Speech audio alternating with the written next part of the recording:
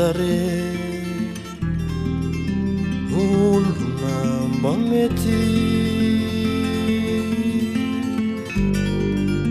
hanafakay ity fatotry ity fa mila ampijaly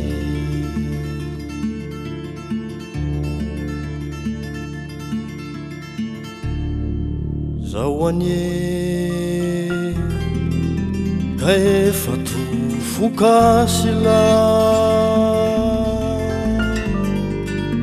nefa ny anatyko ao tsy mety fainzao manery mitaona foana efa impirimpiry mo efa tofokany fo ny tena miarotika sy lo fa raha maray lavao ny fo de nitokany ao ando tena resy ao resy toko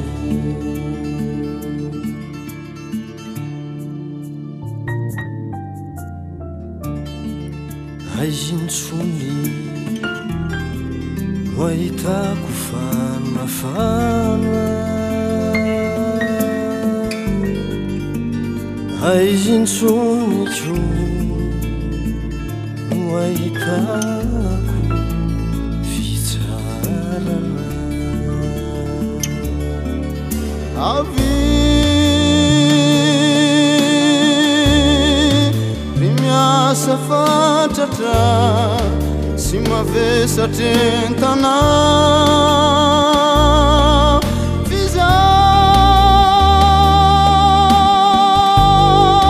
fizao no anome fitsarana hoany fanahinao kaza manay foniana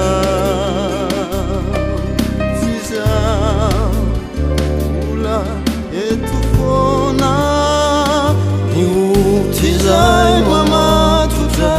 ivafaza matahotra ambony zao nopa navotrana efa nalatsako ny raha oetiko anavotana anao izay voageja ny satana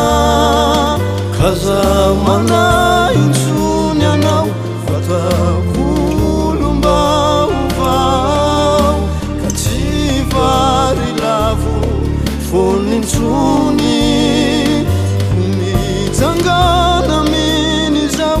ifavoavelany elokao ka hita filay fiaina vaovao